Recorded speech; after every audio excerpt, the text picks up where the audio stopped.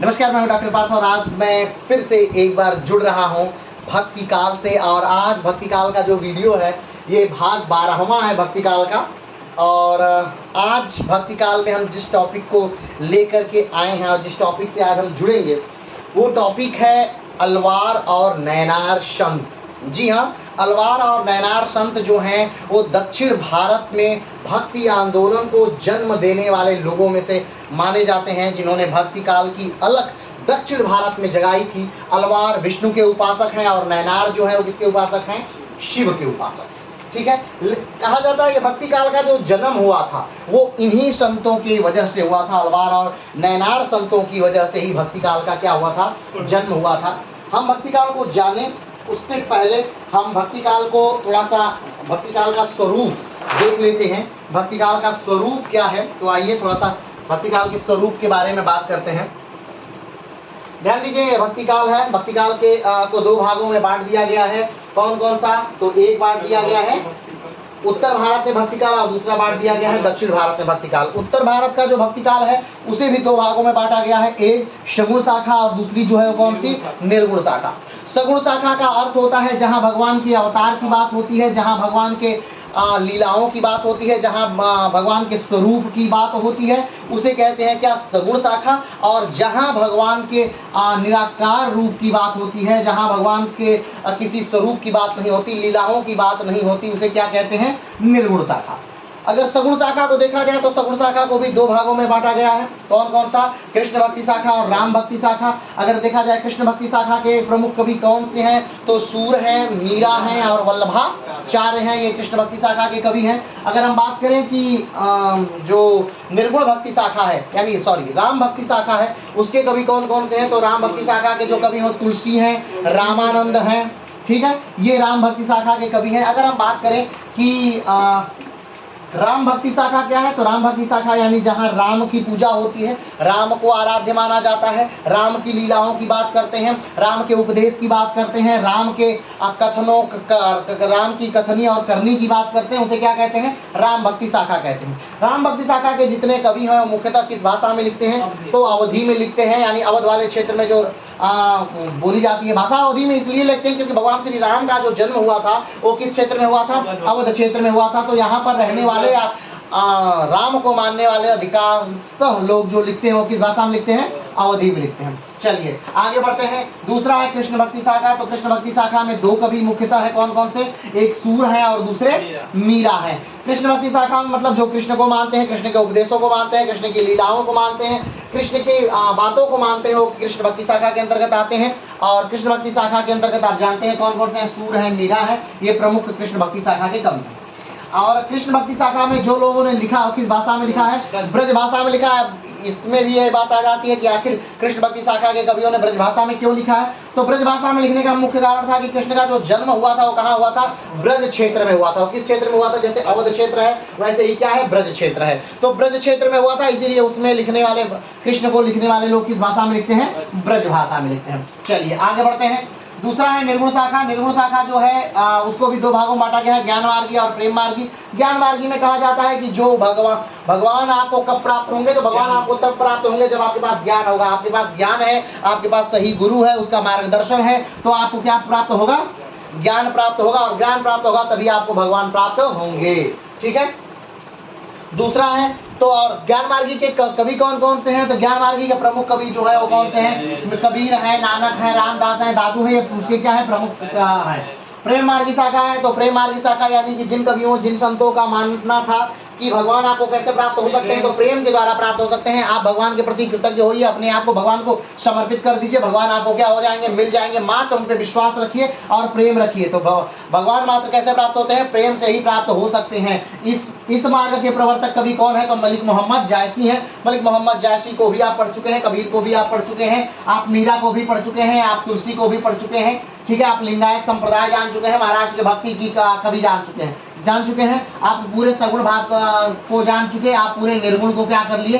जान चुके हैं। हाँ, प्रेम मार्गी जो है उसमें मलिक मोहम्मद जायसी को अभी तक आपने नहीं पढ़ा है। तो आज हम जिस चीज को लेकर आए हैं, हम लेकर के आए दक्षिण भारत में भक्ति क्या आंदोलन या भक्ति शाखा। तो दक्षिण भारत में भक्ति काल को दो भागों में बांटा गया है, एक निम्न वर्गीय स्वरूप, एक अभिजात्य वर्गीय स्वरूप। निम्न वर्गीय स्वरूप का मतलब कि जो आम जनजीवन में भक्ति का जो मार्ग था, यानी भगवान को प्राप्त करने की जो बातें हो रही थी, उसे निम्न वर्गीय स्वरूप के अंतर्गत जाना जाता है। अभिजात्य वर्गीय स्वरूप के अंतर्गत क्या जाना जाता है? तो अभिजात्य वर्गीय स्वरूप का मतलब है कि जो उच्च वर्ग था, दक्षिण भारत में क्या था, जो उच्च वर्ग था उसमें जो भक्ति आंदोलन किस प्रकार से फैला और क्या क्या बातें हुई, उसे अभिजात्य वर्गीय के अंतर्गत क्या करते हैं, जानते हैं। निम्न वर्गीय स्वरूप को फिर से दो भागों में बांट दिया जाता है, एक लिंगायत संप्रदाय है और दूसरा महाराष्ट्र की भक्ति आंदोलन। लिंगायत संप्रदाय को आप जानते हैं कि जो लिंगायत है, इसके जो संस्थापक हैं वो कौन है? बसव है। कौन है? बसव है। और आप जानते हैं कि शुरुआती जो लिंगायत संप्रदाय था वो कहाँ फैला था? तो उत्तरी कर्नाटक और उसके आसपास के जो जिले हैं वहां पे फैला था। और वर्तमान समय में भी अगर देखा जाए तो कर्नाटक की लगभग 17% आबादी जो है वो क्या है? लिंगायत संप्रदाय को मानती है। लिंगायत संप्रदाय के बारे में आप ये भी जानते हैं कि इसके जो मानने वाले हैं वो मंदिरों में विश्वास नहीं करते, वो मंदिरों में नहीं जाते, वो पुराणों को नहीं मानते, वेदों को नहीं मानते, वो उपनिषदों को नहीं मानते, शास्त्रों को नहीं मानते। उनका मानना है कि ये सब क्या है? ये साधन हो सकता है लेकिन ये सब साध्य नहीं है। भगवान तक पहुंचने के साधन हो सकते हैं लेकिन ये सब साध्य नहीं है। ये जो लिंगायत संप्रदाय है किससे निकला है? अगर देखा जाए तो ये किससे निकला है? शैव संप्रदाय से निकला है। और शैव संप्रदाय से निकल करके आज ये अपना एक क्या है? अलग धर्म है। ठीक है। लिंगायत संप्रदाय के लोग जब मर जाते हैं तो उन्हें हम दफनाया जाता है और उनको ध्यान की मुद्रा में क्या किया जाता है? दफनाया जाता है। उनके पास हमेशा, लिंगायत संप्रदाय के लोगों के पास हमेशा एक क्या होता है? एक लिंग होता है, यानी शिवलिंग होता है। और उसी को की वो क्या करते हैं? दिन में 3 बार निकाल के उसको अपने बाएं हाथ में रखकर उसकी आराधना करते हैं, उसकी पूजा करते हैं। कौन? लिंगायत संप्रदाय के लोग करते हैं। क्लियर है? चलिए, तो लिंगायत संप्रदाय हो गया। और महाराष्ट्र भक्ति आंदोलन क्या है? महाराष्ट्र भक्ति आंदोलन को आप जानते हैं कि बहुत बड़े बड़े संत जो थे महाराष्ट्र के भक्ति आंदोलन से क्या हुए? जुड़े। और कहा जाता है कि जो मराठा आंदोलन था या मराठाओं साम्राज्य था, उसके उभरने और पनपने का कारण भी क्या रहा? तो कहीं ना कहीं महाराष्ट्र का भक्ति आंदोलन ही रहा। इसके ज्ञानेश्वर और नामदेव जो थे वो प्रमुख संत थे। और उन्होंने जो संस्कृत की भाषा थी उसे कहीं ना कहीं उन्होंने क्या बनाया? मराठी में या निम्न भाषाओं में, उस समय के जो लोकल भाषाएं थी, आम जनजीवन के समझने योग्य भाषाएं थी, उन भाषाओं में बड़े बड़े ग्रंथों का उन्होंने क्या किया? अनुवाद किया, जिसकी वजह से भक्ति काल का जो प्रभाव था वो कहीं ना कहीं महाराष्ट्र के लोगों पर, आम जनजीवन पर क्या हुआ? पड़ा। चलिए आगे बढ़ते हैं। अगला है जो है अभिजात्य वर्गीय स्वरूप। अभिजात्य वर्गीय स्वरूप को दो भागों में बांट दिया गया है, एक आचार्य आंदोलन। आचार्य आंदोलन यानी कि ऐसा मत, या यूं कहा जाए तो शंकराचार्य के विरोध में जो मत चले उसे क्या मान लिया गया है? आचार्य आंदोलन मान लिया गया है। या यूं भी कहा गया कि जो भी शंकराचार्य के विरोध में आंदोलन चला उसी को क्या कहते हैं? भक्ति आंदोलन कहते हैं। तो भक्ति आंदोलन वो नहीं है। एक तरह से कुछ लोग कहते हैं नहीं, भक्ति आंदोलन ये नहीं है। क्यों? क्योंकि कुछ लोग ऐसे भी हैं, कुछ कभी ऐसे भी हैं निर्गुण भक्ति शाखा ज्ञान मार्गी के, जैसे कबीर, नानक, रामदास, दादू, ये ऐसे भी लोग हैं जिन्होंने किसको माना? तो शंकराचार्य को माना, शंकराचार्य की बातों को माना। अगर ये शंकराचार्य के विरोध में रहता तो शंकराचार्य को मानने वाले कहाँ से इसमें आ जाते? चलिए, तो ये आचार्य आंदोलन है। ठीक है। अभिजात्य वर्ग का दूसरा स्वरूप जो है वो अलवार और नैनार संत है। अलवार और नैनार संत अगर देखा जाए तो दक्षिण भारत में ही ये भक्ति आंदोलन का उत्थान किए। दक्षिण भारत में इन्होंने भक्ति आंदोलन को क्या किया? फैलाया। और आज हम इसी अलवार और नैनार संत के बारे में क्या करेंगे? तो पढ़ेंगे। तो चलिए हम लोग शुरू करते हैं। अलवार और नैनार संत।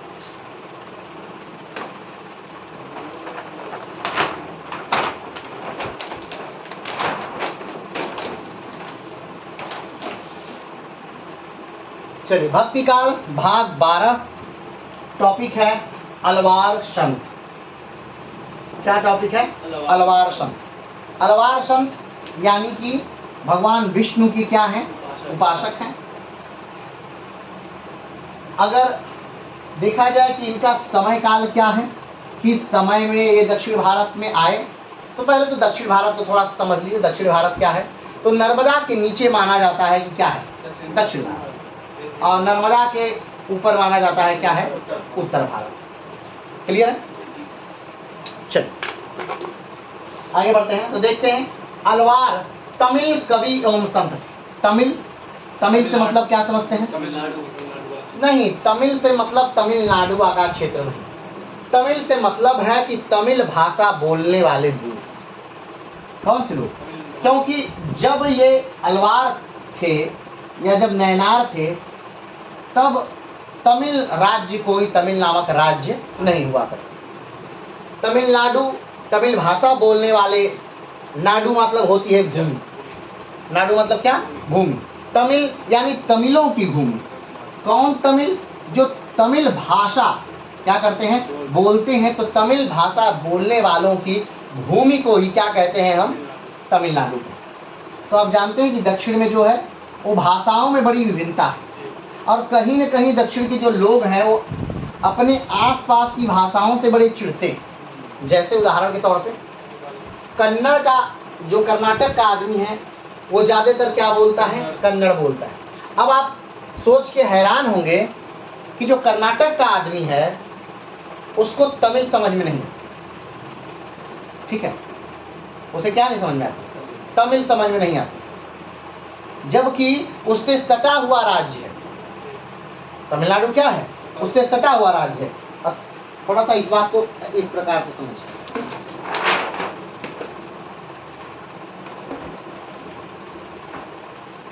ये देखिए, ये तमिलनाडु वाला क्षेत्र है ना? ये तमिलनाडु वाला क्षेत्र है, ये कर्नाटक वाला क्षेत्र। कर्नाटक के क्षेत्र में क्या बोली जाती है? कन्नड़। लेकिन कर्नाटक के आदमी को तमिल समझ में नहीं आएगी, और तमिल के आदमी को कन्नड़ समझ में नहीं आती।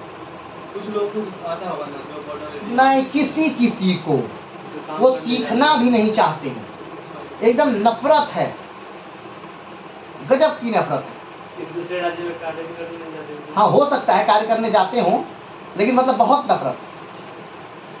आप बस इससे अनुमान लगा सकते हैं कि तमिलनाडु का हर टैक्सी वाला, हर ऑटो वाला हिंदी जानता है, लेकिन एक भी आपको तमिलनाडु का आदमी नहीं मिलेगा जो कन्नड़ जानता है, टैक्सी वाला या टेम्पो। अगर आप हिंदी जानते हैं तो बड़े आराम तरीके से आप पूरा दक्षिण भारत घूम सकते हैं। हिंदी जानते हैं, वहाँ के नॉर्मल लोग हिंदी समझते हैं, पूरा विरोध करते हैं। भले बहुत बोल नहीं पाते हैं, लेकिन हर आदमी क्या समझता है? हिंदी समझ लेता है, बड़े आराम से समझ लेता है।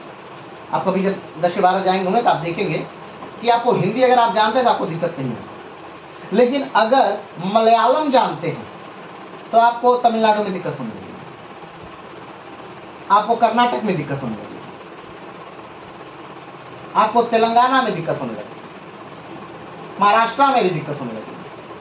अगर आप सिर्फ मलयालम जानते हैं और कोई भाषा नहीं जानते हैं तो आपको बहुत दिक्कत होने लगी, हर जगह बहुत दिक्कत होने लगी। इसलिए जो सरकारें हैं वो क्या करती हैं, क्या करना चाह रही हैं? वो चाह रही है कि एक भाषा हो ऐसी जिसे पूरा भारत क्या करे, जाने। जैसे उदाहरण के तौर पे आप देखेंगे तो यूपी की आबादी कितनी है? 2021 की जनगणना के अनुसार कितनी है? 21 करोड़। हाँ सॉरी, 2011 की जनगणना के अनुसार कितनी है? 21 करोड़, लगभग 21 करोड़। बिहार की जनगणना अगर आप देखें, बिहार की जनसंख्या कितनी है? तो 11 करोड़, लगभग 11 करोड़। ठीक, अब 21 और 11 करोड़ कितना हो गया? 32 करोड़। कितना हो गया? 32 करोड़। दिल्ली की जनसंख्या यानी राजस्थान, गुजरात, ये पूरा मध्य प्रदेश, छत्तीसगढ़, झारखंड, ये पूरी जनसंख्या अगर आप देख लें तो ये क्या है? सब हिंदी भाषी। और इन सारे राज्यों में भरपूर मात्रा में क्या बोली जाती है? हिंदी बोली जाती है। ठीक है, यानी भारत की जो आधी जनसंख्या है वो कहाँ रह रही है? आधी से ज्यादा जनसंख्या ये उत्तर भारत में रह रही है, कि नहीं? तो उसके हिसाब से वो चाहते हैं। और बांग्लादेश में आप पश्चिम बंगाल में चले जाइए, हिंदी बोलिए, सब लोग समझ लेंगे। पूरे पूर्वोत्तर में कहीं भी जाके हिंदी बोलिए, सब लोग समझ लेंगे। गुजरात में जाके आप देखते हैं, गुजरात के ही हमारे प्रधानमंत्री हैं, उनकी हिंदी देखिए, लगता है कि वो कभी गुजराती जानते भी थे। उनकी हिंदी बहुत ही शुद्ध है। गुजरात के ही हमारे होम मिनिस्टर हैं, उनकी हिंदी देखिए। राष्ट्रपिता महात्मा गांधी की हिंदी देखिए। मोहम्मद अली जिन्ना को देखिए। ये जो सब लोग हैं ये कहाँ के थे? ये गुजरात के ही थे, इसी गुजरात के थे। तो आज आप देख रहे हैं उनकी हिंदी क्या है? बेहतर है। इसका मतलब है कि पूरा ये हिंदी भाषी क्षेत्र है। और अगर सीटों की दृष्टि से भी देखें तो उत्तर प्रदेश और बिहार मिलकर एक पूरा, यानी 80 उत्तर प्रदेश और 40 बिहार। अब देखिए आधा सीट ही ये दोनों राज्य लिए हुए हैं, हाँ या ना? जी। आधा सीट लिए हुए हैं कि नहीं? तब बताइए। तो आप इसीलिए सरकारें चाहती है कि एक भाषा हो जो पूरे हिंदुस्तान को क्या कर सकती है, जोड़ सकती है, एक कर दे। ठीक है।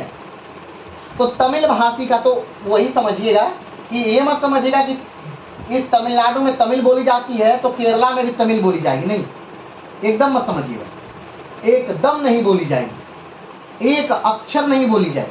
इसमें विरोध क्यों? बहुत विरोध है, अब क्यों है ये नहीं, बहुत सारी उसके कारण है। अब केरला में जो भाषा बोली जा रही है, कौन सी भाषा? मलयालम। तो हम मत समझिएगा कि कर्नाटक में मलयालम बोली जाएगी, ये एकदम नहीं बोली जाएगी। और तमिलनाडु में मलयालम बोली जाएगी, एकदम नहीं। तो अब देखिए, इस इतने ही पास के दोनों राज्य हैं, यही पास के राज्य है ना, कन्नड़, तमिल, मलयालम, भाषा अलग अलग हो गई। और ये पूरे जो राज्य है देखिए, घोर हिंदी है, हो सकता है कहीं भोजपुरी आ गया हो, लेकिन वो तो भाषा तो है नहीं, भाषा नहीं ना है वो। एक भोजपुरी भाषी आदमी पूरी तरह से हिंदी बोल सकता है और हिंदी समझ सकता है, हाँ या ना? चलिए, तो अब ये बात ध्यान रखें। तो आप तमिल का मतलब ये मत समझ लीजिएगा कि तमिलनाडु, तमिल का अर्थ है तमिल भाषी, जो तमिल भाषा बोलता हो, समझता हो, लिखता हो, वो तमिल भाषी क्या है? व्यक्ति। और तमिल का मतलब ये भी मत समझ लिया कि दक्षिण में सिर्फ तमिल चलती है, नहीं, तमिल सिर्फ और सिर्फ तमिल भाषी क्षेत्रों में चलती है। और तमिल भाषी क्षेत्र कौन सा है? तो सिर्फ तमिलनाडु वाला क्षेत्र ही तमिल भाषी है। क्लियर है? एकदम क्लियर है? चलिए आगे बढ़ते हैं।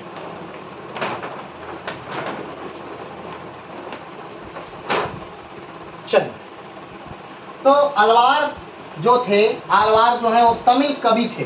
क्या थे? तमिल कवि, यानी तमिल भाषा के क्या थे? कवि थे और संत थे।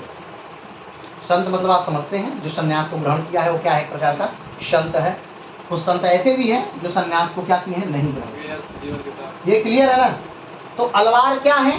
तमिल कवि है, यानी तमिल भाषी कवि है। ये बात हमेशा ध्यान रखें कि अलवार क्या है? तमिल भाषी कवि हैं। चलिए आगे बढ़ते हैं। अलवार संतों का काल 6 से 9वीं शताब्दी के बीच, हाँ 6 से 9वीं शताब्दी, अर्थात समझ रहे हैं आप? हाँ, 501 से लेकर के क्या शुरू हो जाता है? 6वीं शताब्दी शुरू हो जाता है। तो बताइए कि उस समय अगर काल में हम देखें, इतिहास को लाएं, अलवार संतों को अगर उस समय उत्तर भारत में देखें तो कौन सी राज व्यवस्था चल रही है 7वीं 6वीं शताब्दी में?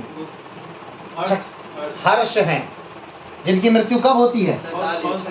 647 में उनकी मृत्यु होती है। तो उस समय अगर बड़ा राजवंश देखें तो कौन सा है? गुप्तों का है, सॉरी हर्ष का है। और हर्ष से पहले अगर थोड़ा सा चलें तो किसका है? गुप्तों का बड़ा राजवंश है। 9वीं शताब्दी, 6 से कौन सी शताब्दी? 9वीं शताब्दी तक के बीच में रहे कौन? अलवार। और 6 से 9वीं शताब्दी के बीच में कौन कौन सा वंश रहा? यानी 501 से अगर हम देखें तो कौन कौन सा वंश रहा? तो नहीं, दक्षिण भारत में नहीं, हम उत्तर भारत की बात कर रहे हैं। तो एक मान लीजिए हर्ष का वंश रहा, हर्ष रहा, ठीक है, वर्धन वंश रहा, ठीक है। दूसरा कौन सा रहे? तो पाल रहे। कौन रहे? पाल। और कौन रहे? गुर्जर रहे, गुर्जर और प्रतिहार रहे। कहाँ है गुर्जर प्रतिहार? गुजरात वाले क्षेत्र में गुर्जर प्रतिहार। बीच वाले भाग में कौन से हैं? तो राष्ट्रकूट रहे, राष्ट्रकूट रहे। यानी हर्ष की मृत्यु की बात आप जानते हैं, हर्ष की मृत्यु कब होती है? 647 में होती है हर्ष की मृत्यु। और 647 के बाद, हर्ष की मृत्यु के बाद, इनके साम्राज्य को पाने के लिए पाल, गुर्जर और प्रतिहार, ये तीनों क्या कर रहे हैं? लड़ रहे हैं, लगातार लड़ रहे हैं। और कब तक लड़ते हैं? 200 सालों तक लड़ते हैं। क्लियर है बातें? चलिए, तो अलवार और नैनार संतों का, अलवार संतों का जो शासनकाल है, यानी जो समय पीरियड है, शासनकाल तो नहीं है, समय पीरियड जो है, समय काल जो है, वो कब से कब तक है? 6वां से 9वीं शताब्दी। यानी हर्ष का शासनकाल कहीं न कहीं रहा, राष्ट्रकूट रहे, पाल रहे और गुर्जर और प्रतिहार रहे। क्लियर है? ठीक। यानी कि कुल मिलाकर अगर देखा जाए तो कहीं ना कहीं उत्तर भारत की स्थिति क्या है, मजबूत है। लेकिन हर्ष की मृत्यु के बाद वो स्थिति क्या हो जाती है, कमजोर हो जाती है। क्यों? क्योंकि बार बार आपस में टकराव होने लगते हैं। भारत के ही 3 बड़े राज्यों में क्या हो रहे हैं, टकराव हो रहे हैं। और जब भी आपस में टकराव होता है तब बस एक चीज होता है, विध्वंस। जिस प्रकार से मुगलिया सल्तनत में जब औरंगजेब की मृत्यु होती है तब मुगलिया सल्तनत क्या करती है, आपस में टकराती है। उसके बार बार आपस में युद्ध होते हैं, और जब आपस में युद्ध हुए तो क्या हो गए, राजा कमजोर हो गया। आपस में युद्ध होने का सबसे बड़ा एक चीज ये निकल के आता है कि जो राजा होता है वो क्या हो जाता है, कमजोर हो जाता है। अब मुगलिया सल्तनत के नीचे के राजा आप जानते हैं कि बाबर है, बाबर के बाद हुमायूं आया है, हुमायूं के बाद कौन आया है, अकबर आया है, अकबर के बाद जहांगीर आया, जहांगीर के बाद शाहजहां आया, शाहजहां के बाद औरंगजेब आया, औरंगजेब के बाद चलिए हम ये भी जानते हैं कि आप एक और जानते हैं कि बहादुर शाह आया प्रथम। लेकिन फिर क्या उसके राज्यों का आप जानते हैं राजाओं को कौन आया, नहीं। हाँ, फिर आप ये जानते हैं कि सैयद बंधु आए। आप ये जानते हैं कि कौन आए, सैयद बंधु आए। क्यों? क्योंकि उस जब राजा कमजोर हो जाता है तब कौन ऊपर आता है, तब उसके सामंत ऊपर आ जाते हैं, सेनापति ऊपर आ जाते हैं। क्यों? क्योंकि वो राज्य को अपने कंट्रोल में करना चाहते हैं। ठीक है, तो यही हो रहा था कि ये तीनों आपस में टकरा रहे थे और इनके टकराने से हम कमजोर होते जा रहे थे। और उस समय विदेशी आक्रमण क्या होने लगे, कहीं ना कहीं विदेशों को हम आकर्षित करने लगे। विदेशों को हम क्या करने लगे, आकर्षित करने लगे। आपने कभी देखा कि जब किसी बड़े शासक का राज्य हो, हम पूरी तरह से शक्तिशाली हों, उस समय कोई बाहरी बड़ा आक्रांता आक्रमण किया है? नहीं। सोचिए, सिकंदर का आक्रमण हुआ था और मात्र जब वो भारत में प्रवेश कर रहा था तो प्रवेशी युद्ध ही वो लड़ा, वो नंद वंश से डायरेक्ट टकराया ही नहीं। अब इसके हो सकते हैं बहुत कारण हो, लेकिन सबसे बड़ा कारण जो ये था कि नंद वंश क्या था, बड़ा था। नंद वंश क्या था, बड़ा था। और कहीं ना कहीं सिकंदर को डर लगा कि जब छोटा सा राज्य का राजा, जनजातियों का एक तरह से राजा जो पुरु है, ये इतना बेहतरीन युद्ध कर रहा है, तो इतना बड़ा जो राज्य है उससे टकराने पर क्या। तो आप कभी भी नहीं देखेंगे कि अशोक के साम्राज्य के समय में कोई बड़ा आक्रांता आक्रमण कर रहा है, या चंद्रगुप्त के समय में चंद्रगुप्त के समय में एक आक्रमण हुआ था, एक आक्रमण आपको याद होगा, उसी हाँ, यानी सिकंदर का ही एक सेनापति सेल्यूकस निकेटर क्या करता है, आक्रमण करता है। और सोचिए कितनी बुरी तरह उसे हार का सामना करना पड़ता है। यहाँ तक कि अपनी पुत्री का विवाह तक उसे चंद्रगुप्त के साथ करना पड़ता है ना। तो आप ये भी देखेंगे कि जब औरंगजेब का शासन है तब भी कोई आक्रमण नहीं हो रहा है।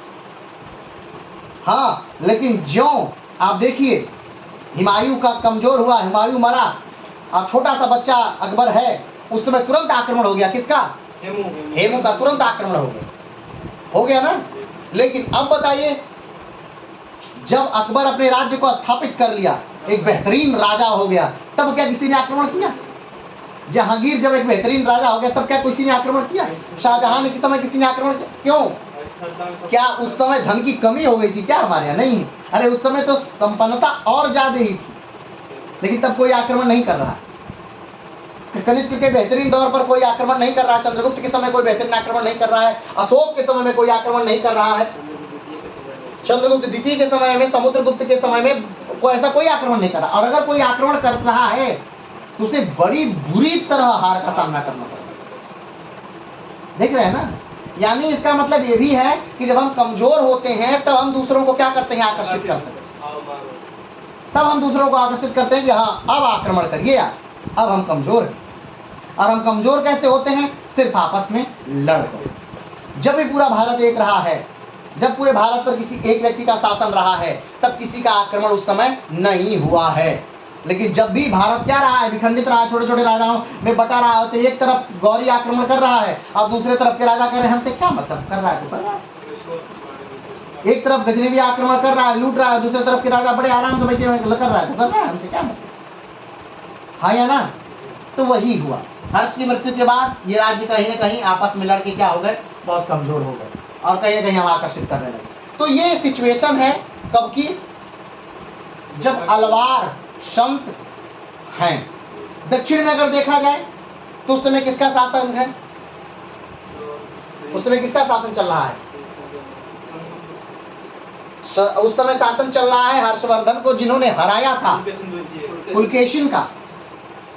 अलवारों के समय कहीं ना कहीं पुलकेशिन है, उस शासन उस समय को समझ रहे हैं। पल्लव वंश कहीं ना कहीं है ना, पांड्य कहीं ना कहीं है, चालुक्य कहीं ना कहीं है। ये अलग बात है कि वो सुषुप्तावस्था में है या चाहे जिस अवस्था में, ठीक है।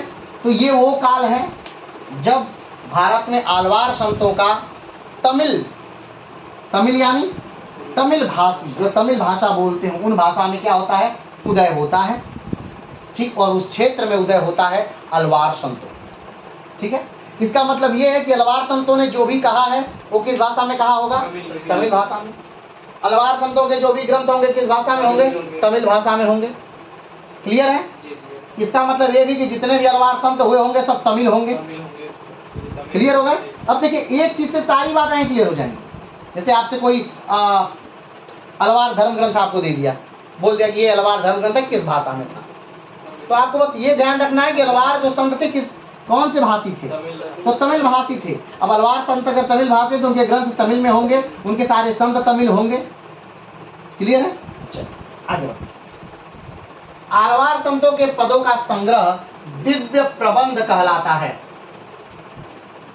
अलवार संतों ने जितने भी अपने पद कहे, पद यानी उन्होंने जो कुछ कहा, किसने, अलवार संतों ने जो कुछ भी कहा उसका क्या है, एक संग्रह है, उसे एक जगह लिख करके रखा गया है, और वो संग्रह क्या कहलाता है, दिव्य प्रबंध। अलवार संतों का सबसे प्रमुख जो माना जाता है, क्या ग्रंथ जो माना जाता है वो क्या है, दिव्य प्रबंध। जिस प्रकार से हिंदू धर्म के अगर हम पूछें कि सबसे विशिष्ट ग्रंथ क्या है, तो वेद हैं, पुराण हैं, उपनिषद हैं, ठीक है, महाभारत है, रामायण है, ठीक है। जब महाभारत आप कह दिए तो गीता कहने की आवश्यकता आपको नहीं होती, और अगर आप गीता कहेंगे तो आपको जोड़ना होगा कि कौन सी गीता की आप बात कर रहे हैं। गीता बहुत सारी, श्रीमद् भागवत, जो श्रीमद् भागवत गीता है वो क्या है, महाभारत का ही एक भाग है, ठीक है। महाभारत के एक सर्ग से वो क्या किया गया है, लिया गया है। कमेंट बॉक्स में बताइएगा कि महाभारत के किस सर्ग से लिया गया है भागवत, ठीक है। चलिए आगे बढ़ते हैं, बात समझे। हिंदू धर्म के एक ग्रंथ हो गए। सिख धर्म के का कौन सा ग्रंथ है, गुरु ग्रंथ साहब, जिसमें सारे गुरुओं की वाणी है, बहुत सारे इस्लामिक व्यक्तियों की वाणी है, बहुत सारे हिंदू संतों की भी क्या है, वाणी का संग्रह है ना। तो गुरु ग्रंथ साहब उनका पवित्र ग्रंथ है। अगर हम पूछे कि ईसाइयों का पवित्र ग्रंथ कौन सा है, तो बाइबिल है ईसाइयों का पवित्र ग्रंथ। अगर हम पूछें कि बौद्धों का पवित्र ग्रंथ कौन सा है, त्रिपिटक कोई ग्रंथ नहीं, त्रिपिटक में ग्रंथों का नाम बताएं, सूत पिटक, विनय पिटक, अभिधम्म पिटक, ठीक, सही। तो ये क्या है, ये ग्रंथ है। और अगर हम कहें कि जैनियों का प्रमुख ग्रंथ कौन सा है, चलिए कमेंट बॉक्स बताइएगा जैनियों का प्रमुख ग्रंथ कौन सा है। अगर हम कहें पारसियों का प्रमुख ग्रंथ कौन सा है, वो तो उनके प्रचारक हैं, वो उनके संस्थापक हैं, उनका प्रमुख ग्रंथ कौन सा है, कमेंट बॉक्स में बताइएगा कि पारसियों का प्रमुख ग्रंथ कौन सा है, ठीक है। चलिए आगे बढ़ते हैं। आलवार संतों को भक्ति आंदोलन के जन्मदाता के रूप में स्वीकार किया गया है। ध्यान दीजिएगा, भक्ति आंदोलन के जन्मदाता कौन है, अलवार। अब आप कहेंगे भक्ति आंदोलन के जन्मदाता मतलब, जब कोई चीज एक जगह चलती है तो फिर वहीं से वो कॉपी होने लगती, क्या लगती, सब लोग उसे अगर वो अच्छी लगी सबको तो सब लोग उसे स्वीकार करने लगते हैं, और सब अगर स्वीकार करेंगे तो स्वाभाविक बात है सब उसी भाषा में तो स्वीकार नहीं करेंगे, अपने अपनी भाषा में स्वीकार करेंगे। तो सब अपनी अपनी भाषा में क्या करने लगे, स्वीकार करने लगे। और कहीं ना कहीं दक्षिण भारत से निकल करके भक्ति कहाँ तक आई, उत्तर भारत में। और जब उत्तर भारत में आई तो एक बृहद स्वरूप उस भक्ति ने क्या कर लिया, ले। दक्षिण भारत में क्यों बृहद स्वरूप नहीं ले पाई, क्योंकि वो एक भाषा में सिमट कर क्या हो गई थी, रह गई थी। वहां पर कैसे रह गई, एक भाषा में सिमट कर। अब एक भाषा में सिमटी तो बस उसी वर्ग के लोगों तक वो सिमट कर रह गई। लेकिन जब उत्तर भारत में आई तो अवधि में भी लिखा गया, ब्रज में भी लिखा गया, ठीक है, असमिया में भी लिखा गया। तो सारी भाषाओं में क्या हो गई, वो पूर्वोत्तर के भारत में भी लिखी गई, पश्चिमोत्तर के भारत में भी लिखनी शुरू हो गई।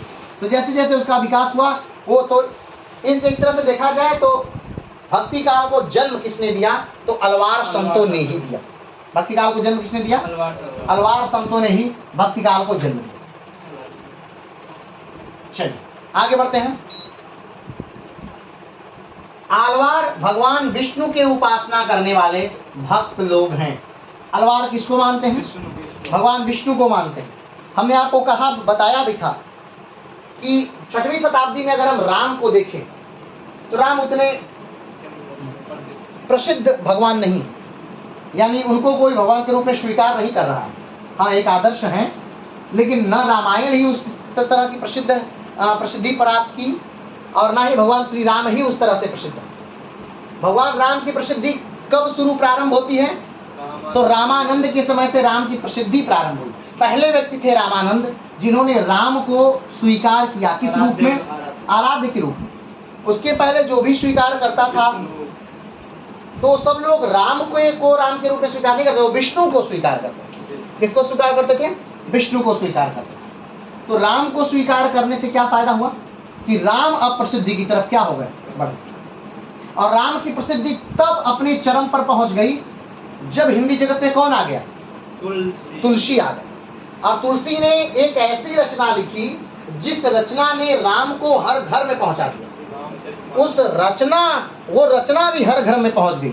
और आज भी लगभग उत्तर भारत के हर घर में कोई ऐसा घर नहीं होगा जिसमें वो रचना ना हो और जहां पर उस रचना का पाठ न होता। ठीक, कौन सी रचना थी वो, रामचरितमानस। अब रामचरितमानस रामायण नहीं है। रामायण का अर्थ है कि रामायण जो है वो अलग कृति है, वो महर्षि वाल्मीकि द्वारा लिखी गई है। और रामचरितमानस जो है वो अलग कृति है, ये तुलसीदास द्वारा लिखी गई है। रामायण जो है उसमें 24 लाख श्लोक हैं, सॉरी 24,000 श्लोक हैं। और जो रामचरितमानस है ये अवधी भाषा में लिखी गई है। किस भाषा में है, अवधी भाषा में लिखी गई है। रामचरितमानस के लेखक तुलसीदास हैं, समझ रहे हैं ना। रामचरितमानस का उत्तरकांड अलग हिसाब से लिखा गया है, रामायण का उत्तरकांड अलग हिसाब से लिखा गया है। रामचरितमानस में जो राम है वो मर्यादा पुरुषोत्तम है, बहुत उच्च है, वो बहुत आदर्श पुरुष है। रामायण में राम एक आम व्यक्ति है, एक आम राजा है जो कि बहुत ही क्या है, अच्छे हैं। एक आम व्यक्ति रामायण के राम। और रामचरितमानस के राम एक उच्च कोटि के राम है, यानी भगवान है। बात समझ रहे हैं ना। तो जो अलवार संत है वो किसको उपासक मानते हो, विष्णु को मानते हैं उपासक, राम को उपासक नहीं मानते। आगे बढ़ते हैं। अलवार भक्तों की जो संख्या है वो कुल कितनी है, 12 है।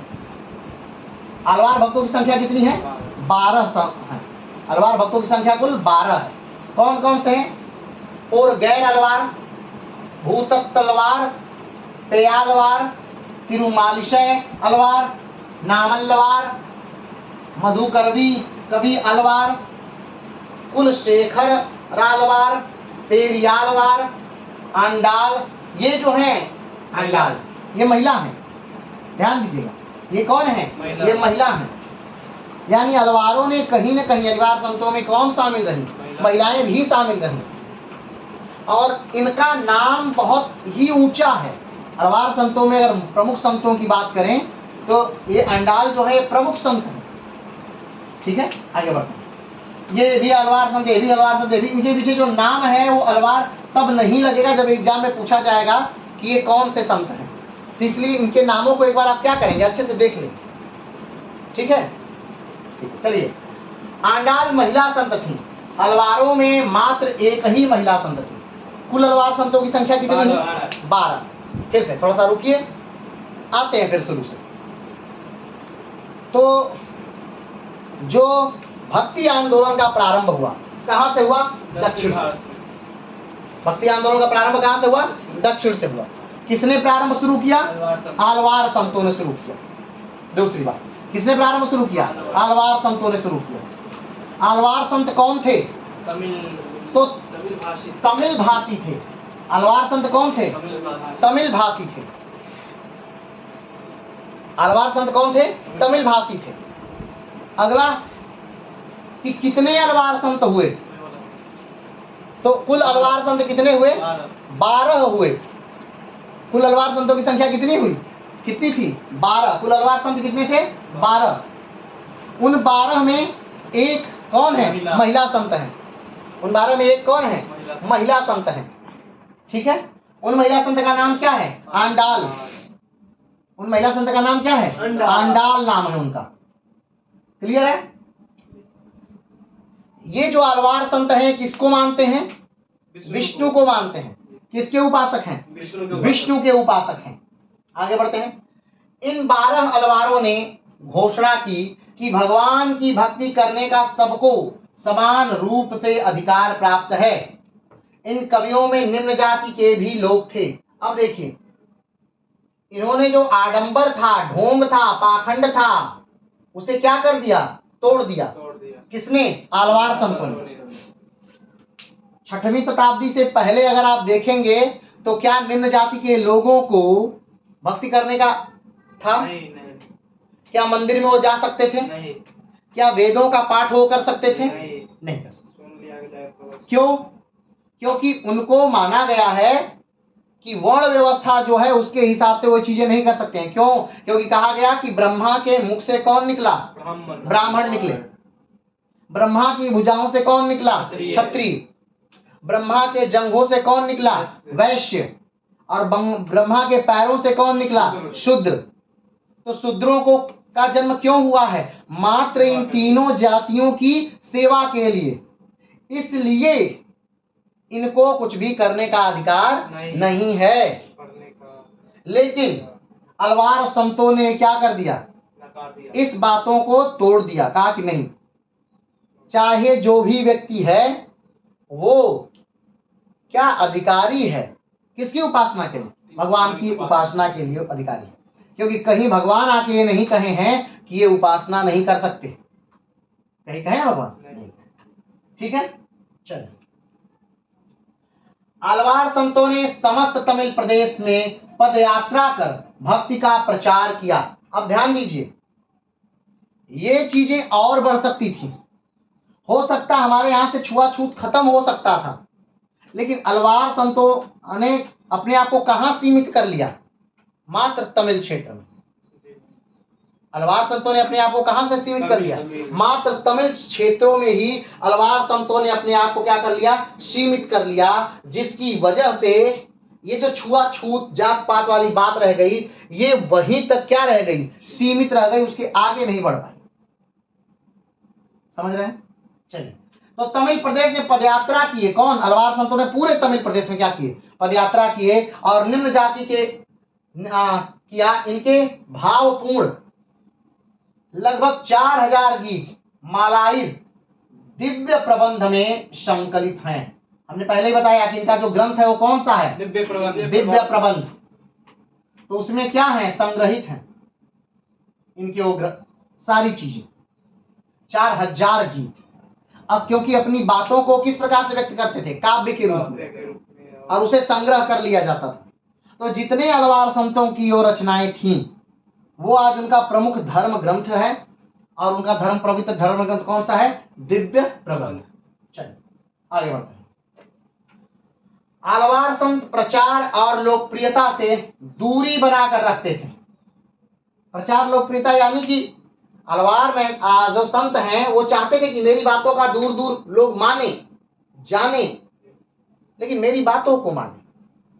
अपना प्रचार वो नहीं करते थे। क्या नहीं करते थे? अपना प्रचार नहीं करते थे। आजकल के संतों की तरह नहीं कि हम उपदेश दे रहे हैं तो 4 यूट्यूब की शाखाएं लगी हुई हैं, मोबाइल एकदम ऑन है, कैमरा ऑन है, और उस बात को रिकॉर्ड किया, उस व्यक्ति की समस्याओं को क्या किया? रिकॉर्ड किया, और उसे लेकर के क्या कर रहे हैं? प्रचारित कर रहे हैं। तो वो क्या कर रहे हैं? क्या लोगों तक चीजें पहुंचा रहे हैं? नहीं नहीं, वो अपना प्रचार कर रहे हैं। किसका प्रचार कर रहे हैं? अपना प्रचार कर रहे हैं। कि यूट्यूब से कमाई हो, उनके यहाँ जाकर उनकी कमाई और बढ़े, लोग उनको और जाने और आए उनके पास, ठीक है, वो बढ़िया से बैठ के अपना विकास करते रहें, बाकी की भले अवनति हो। तो ये क्या देख रहे हैं, इनमें और उनमें क्या है, अंतर है। इनमें उनमें क्या है, अंतर है। ये अपना प्रचार नहीं चाहते हैं, अलवार संत क्या नहीं चाहते हैं, अपना प्रचार नहीं चाहते हैं, लोकप्रियता भी नहीं चाहते हैं। ऐसा नहीं कि मैं लोकप्रिय हूं, नहीं, उनका ये उद्देश्य नहीं कि मैं लोकप्रिय हूं। उनका उद्देश्य है कि हमने जो मार्ग बताया है, हमने जो कार्य बताया है, वो लोकप्रिय हो। बात समझ रहे हैं, हम लोकप्रिय ना, हमारा मत प्रचारित हो, हम प्रचारित ना, ठीक। इस चीज से वो क्या करते हैं, बचते हैं। कौन, अलवार संत। चलिए आगे बढ़ते हैं। आंडाल को दक्षिण भारत में लक्ष्मी का अवतार मानते हैं। अंडाल को क्या मानते हैं, लक्ष्मी का अवतार मानते हैं।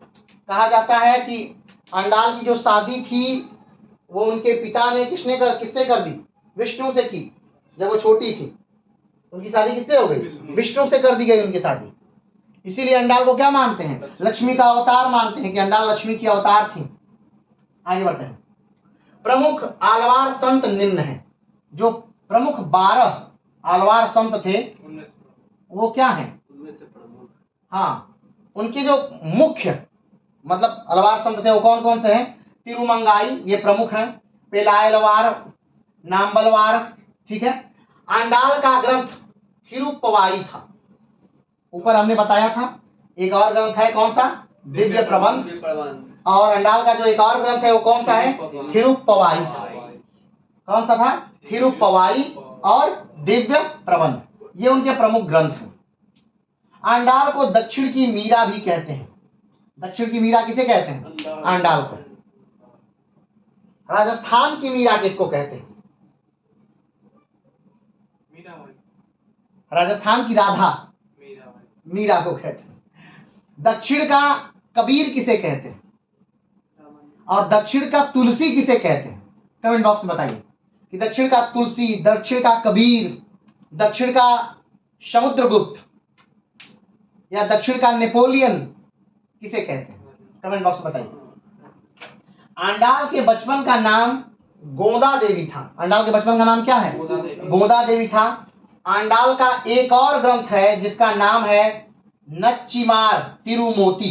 क्या है, नच्चिमार तिरुमोती। हाँ, कुलशेखर आलवार भी एक अलवार संत हैं जो चेर वंश का राजा, एक राजा हैं। क्या नाम है उनका, कुलशेखर, उनका ऐसे नाम है। और उसका जब इनका नाम लिखा जाता है तो लगा जाता है कुलशेखर आलवार, यानी कि उसमें अलवार जोड़ दिया गया है। कुलशेखर उनका नाम है। तो कुलशेखर जो है वो किस वंश के राजा है, चेर वंश के राजा हैं, और वो एक प्रमुख अलवार संत हैं। अब आप सोचिए, जब एक राजा ही एक किसी संप्रदाय का संत हो तो संप्रदाय क्या होगा, बहुत तेजी से आगे बढ़ेगा। ठीक उसी प्रकार, जिस प्रकार अगर हम देखें तो बौद्ध धर्म के आगे बढ़ने का क्या कारण था, क्योंकि बिंबिसार ने उसे मान्यता दे दी और फिर अशोक ने उसे स्वीकार कर लिया। और अशोक जैसा महाराजा जब उसे स्वीकार किया तो क्या हुआ, वो बहुत तेजी से चारों दिशाओं में बहुत तेजी से फैला और फूला। कौन, बौद्ध धर्म। जैनिज्म के साथ भी वही हुआ कि राजाओं की मान्यता कहीं न कहीं धर्मों को क्या कर देती थी, स्थापित कर देती थी। लोग ये मान लेते थे कि जब ये राजा ये धर्म ग्रहण किए हैं तो हो सकता है ये अच्छा होगा, तभी तो हम भी उस धर्म को क्या करें, ग्रहण करें। आगे बढ़ते हैं। कुलशेखर एक कवि और लेखक भी हैं। कुलशेखर क्या है, एक कवि हैं और लेखक। कुलशेखर कौन, यानी कि राजा साहब जो संत हैं, संत भी हैं और राजा भी हैं, चेर वंश के राजा हैं। वो क्या हैं, एक कवि भी हैं और एक लेखक भी हैं।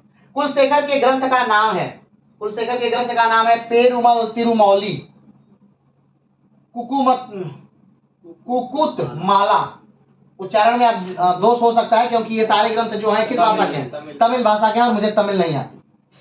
आगे बढ़ते हैं। यह राम को मानते हैं। अब देखिए ये बड़ी बात है, ये किसको मानते हैं। अब इसका मतलब ये नहीं कि राम को मानते हैं, ये विष्णु को मानते हैं। विष्णु को मानने के साथ साथ ये राम को भी मानते हैं। ठीक है, कौन, कुलशेखर। आगे बढ़ते हैं।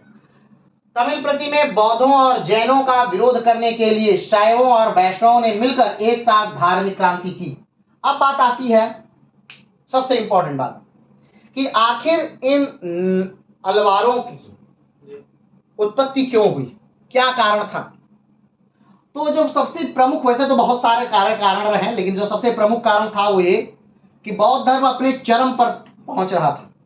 लोग धीरे धीरे बौद्ध धर्म को स्वीकार कर रहे थे और हमने बताया था कि कहीं ना कहीं बौद्ध धर्म में भी दुनिया भर की कमियां विराजमान हो गई थी। ठीक है, वज्रयान नामक एक संप्रदाय बौद्ध धर्म में जुड़ गया था, जिसमें कहीं ना कहीं क्या था, जादू, टोना टोटका, ये सारी चीजें आ गई थी। तारा नामक एक महिला थी जिनकी पूजा होने लगी थी, कहाँ, बौद्ध धर्म में, और वो मतलब अजीब किस्म की महिला थी। जब कभी हम उन्हें पढ़ाएंगे तो बताएंगे कि मतलब बहुत ही अजीब किस्म की महिला थी। तो अब सोचिए, बौद्ध धर्म में पूजा की मान्यता नहीं थी, यानी कि किसी को भगवान नहीं माना जाना था, लेकिन वहां पर तारा को क्या माना जाने लगा, भगवान मान के पूजा की जाने लगी थी। वहां पर भी भूत उतारा जाने लगा था, चुड़ैल चढ़ जाती थी, उसको उतारा जाने लगा था, उसमें भी ऊंच और नीच हो गया था, कई वर्ग में बौद्ध धर्म बढ़ चुका था। तो बौद्ध धर्म की प्रभुता को खत्म करने के लिए 6वीं से 9वीं शताब्दी के बीच दक्षिण भारत में दो संप्रदाय मिले। कौन कौन, एक शैव और दूसरे वैष्णव।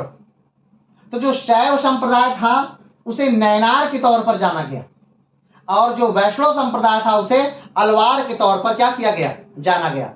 और दोनों ने मिलकर के क्या किया, बौद्धों का समूल नाश किया, यानी बौद्ध धर्म को क्या किया, खत्म करने के लिए महत्वपूर्ण भूमिका निभाई। यानी दक्षिण से पूरी तरह क्या किया, बौद्धिज्म को निकाल दिया, बाहर निकाल दिया। चलिए आगे बढ़ते हैं। एक धार्मिक क्रांति की। अलवारों ने वेद, उपनिषद, गीता से गृहीत भक्ति भावों को गीतों के माध्यम से जनता तक पहुंचाया। इन्होंने देखिए, अलवारों ने क्या किया, माना अपने धर्म ग्रंथों को, जिस जैसे वेदों को भी माना। इन्होंने गीता को प्रमुख ग्रंथ के रूप में स्वीकार किया और अपने द्वारा जो उसकी कथाओं को उन्होंने गीतों के रूप में बनाया। किसकी कथाओं को, जो ग्रंथों में संग्रहित कथाएं हैं उसको गीतों के रूप में बनाया, और उसको लगभग हर दिशाओं में क्या किया, हर दिशाओं का मतलब कि सारे तमिल क्षेत्रों में उन्होंने क्या किया, प्रचारित किया और प्रसारित किया। किसने, अलवार संतों ने। क्लियर है, आगे बढ़ते हैं। तमिल भाषा और उसके अत्यंत भावपूर्ण है। अलवारों का मूल स्रोत दक्षिण भारत में था। इनके तमिल नाम भिन्न है। अलवारों द्वारा 4000 पदों का संकलन दिव्य प्रबंधन में संकलित। ठीक है, आइए एक बार फिर से अलवार संतों की को एक बार देख लेते हैं। पहली बात कि अलवार कौन थे, तो अलवार तमिल भाषी क्या है, कवि, कवि भी हैं और संत भी हैं, लेकिन कौन से भाषी हैं, तमिल भाषी। अलवार कहां से हैं, तो तमिल से हैं, ऐसे ही समझ में आ गया, यानी दक्षिण भारत से हैं, तमिलनाडु वाले क्षेत्र से हैं, और तमिल भाषी क्षेत्र में ही उनका उदय हुआ। अलवार का उदय क्यों हुआ, अलवार का उदय हुआ बौद्धिज्म को समाप्त करने के लिए। बौद्ध संप्रदाय जो है, बौद्ध धर्म जो है वो कहीं ना कहीं ऊपर की तरफ जा रहा है। तो अलवार और नैनार दोनों संतों ने मिलकर, यानी शिव और वैष्णव दोनों संप्रदायों ने मिलकर के इस संप्रदाय को समाप्त करने के लिए क्रांति की एक तरह से दक्षिण भारत, जिससे अलवार का क्या हुआ, एक तरह से विकास हुआ। ठीक, अगर देखा जाए तो अलवारों से ही भक्ति आंदोलन का क्या हुआ है, जन्म हुआ। माना जाता है कि अलवार से ही भक्ति आंदोलन का क्या है, जन्म हुआ है। अलवारों में कुल कितने संत हुए, तो कुल 12 संत हुए अलवारों में, और उसमें एक महिला संत भी हुई। क्या नाम था उनका, अंडाल। और एक ऐसे भी व्यक्ति हुए जो राजा थे चेर वंश के, क्या नाम था उनका, कुलशेखर। क्या नाम है, कुलशेखर नाम है उनका। किस वंश से थे वो, चेर वंश। अलवारों ने कहां तक की यात्राओं की पदयात्रा किया, वहां पर वैष्णव धर्म को फैलाया। तो जितना तमिल भाषी क्षेत्र था वहां पर उन्होंने फैलाया। अलवारों ने स्रोत कहां से लिया, किस चीज से फैलाया, तो उन्होंने अपने गीतों के माध्यम से। काव्यों के माध्यम से फैलाया। कुल उनका जो प्रमुख काव्य ग्रंथ संकलित है वो कौन सा है? तो वो कौन सा है? दिव्य प्रबंध। कौन सा है? दिव्य प्रबंध। अलवारों के कितने काव्य थे? तो 4000 काव्यों का क्या है दिव्य प्रबंध में? संकलन है। कितने? 4000 काव्यों का दिव्य प्रबंध में क्या है? संकलन है। ठीक है, तो ये एक संक्षिप्त की है अलवारों की। कब अलवारों का उत्थान हुआ? तो 6वीं शताब्दी के समय अलवारों का क्या हुआ? उत्थान हुआ। और कब तक रहे? तो 9वीं शताब्दी के बीच, 6वीं से 9वीं शताब्दी के बीच अलवार जो संप्रदाय है बहुत तेजी से दक्षिण में क्या हुआ? उठा, फैला और बढ़ा। क्लियर है इतनी बातें? चलिए आगे की तरफ बढ़ते हैं।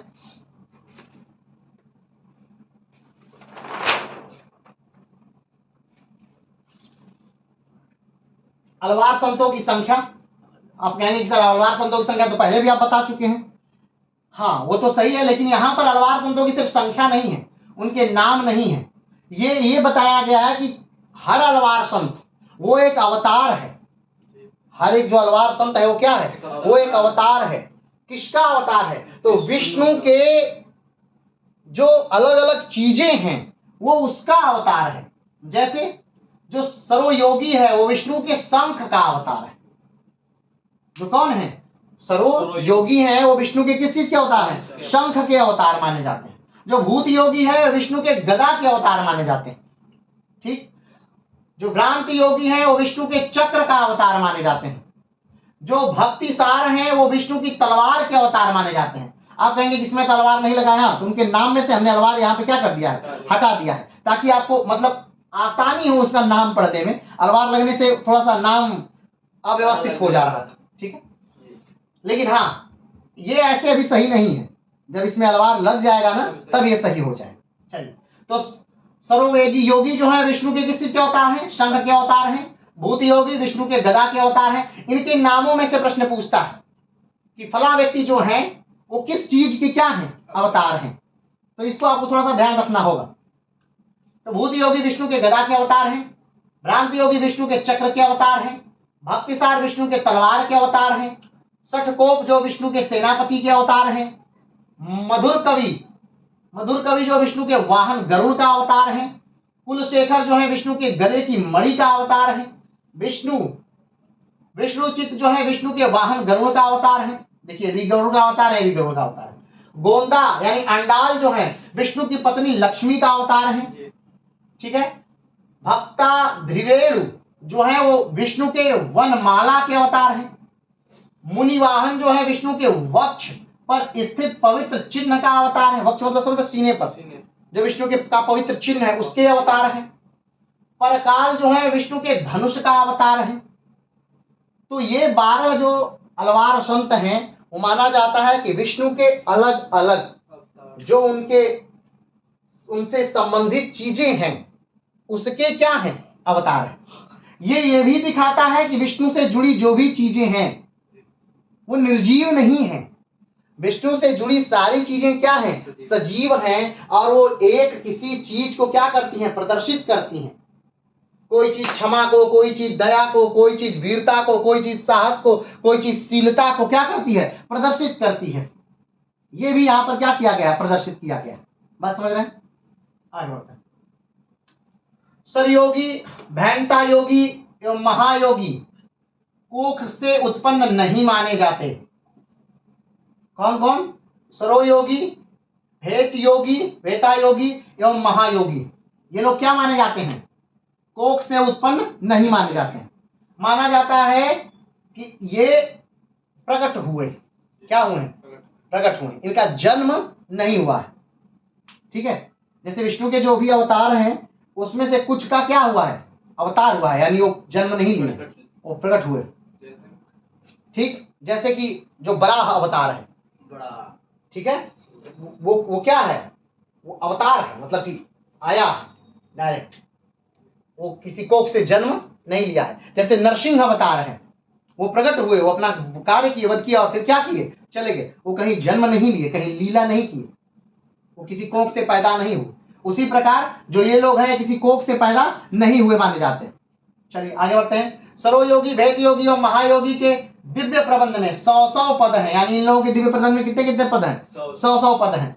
भक्तिसार कट्टर शैव थे, परंतु पेयालवार के शिष्य बन जाने के बाद वैष्णव धर्म के प्रचार करने लगे। कौन? भक्तिसार जो हैं वो कट्टर शैव हैं। अरे सर ये जो है भक्तिसार ये क्या है? कट्टर शैव हैं, कट्टर शैव हैं। आप किसी भी मत के हो, लेकिन जब भी अच्छा एक बात आती है कि किसको समझाना आसान है, तो बुद्धिमानों का सबसे आसान जो है वो किसको समझाना है? बुद्धिमानों। जो अगर बुद्धिमान है वो तर्क से क्या कर जाएगा? मान जाएगा।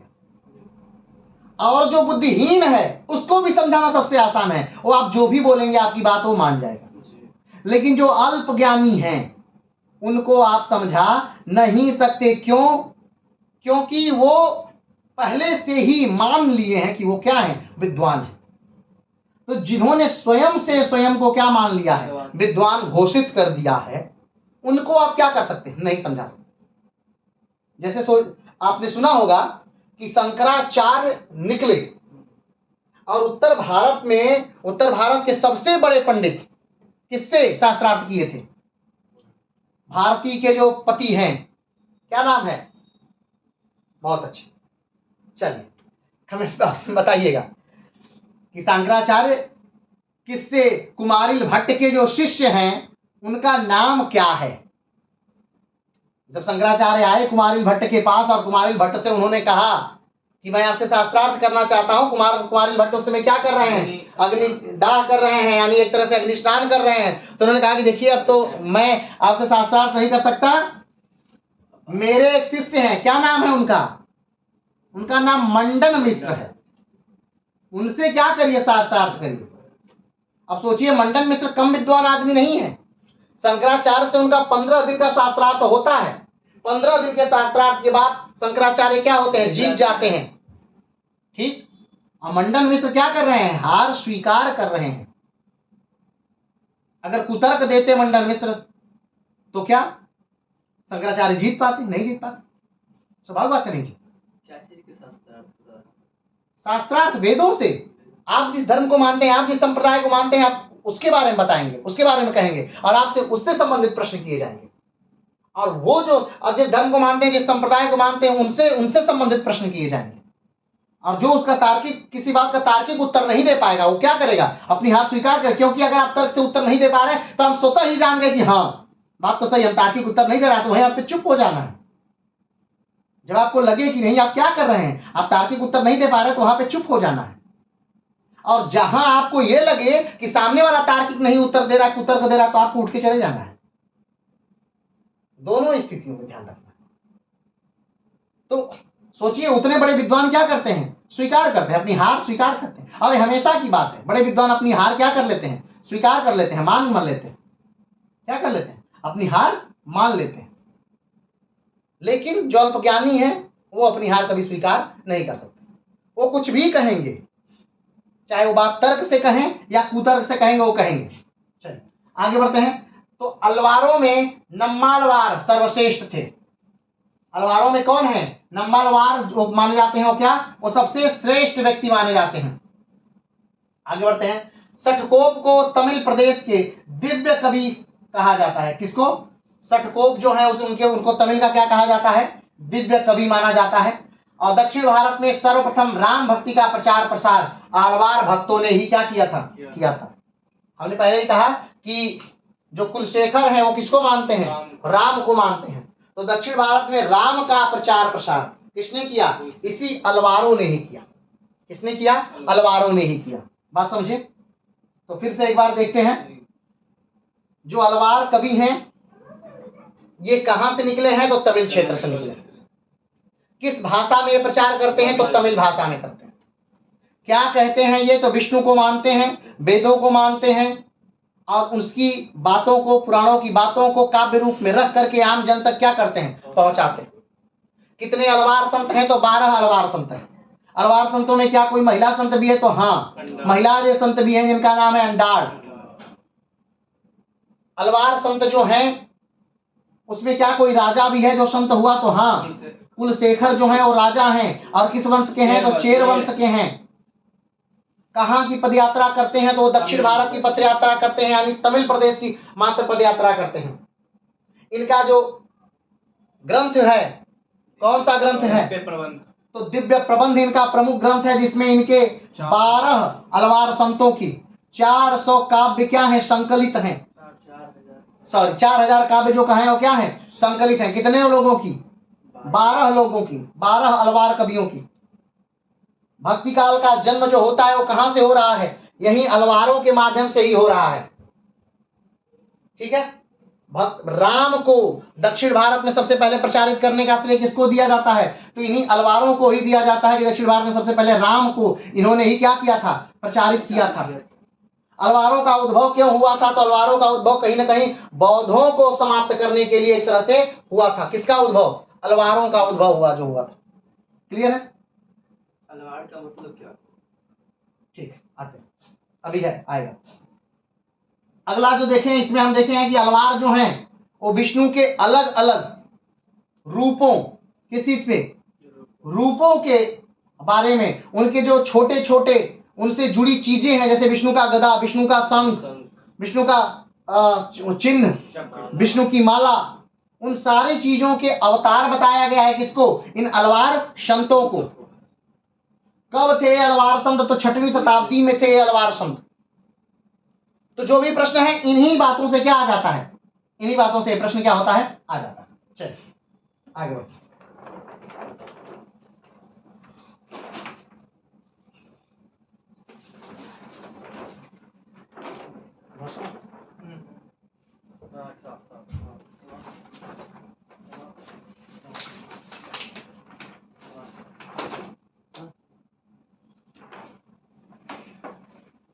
चलिए, तो यहां पर अलवार संत जो हैं वो समाप्त होते हैं और दक्षिण भारत के एक अलग संत, जिन्होंने अलवारों के साथ कंधे से कंधा मिलाकर के एक आंदोलन प्रारंभ किया, जिन्होंने क्या किया? तो इसमें आज के लिए इतना ही करते हैं, यानी अलवार संत को ही क्लियर करते हैं। नैनार को अगले वीडियो में।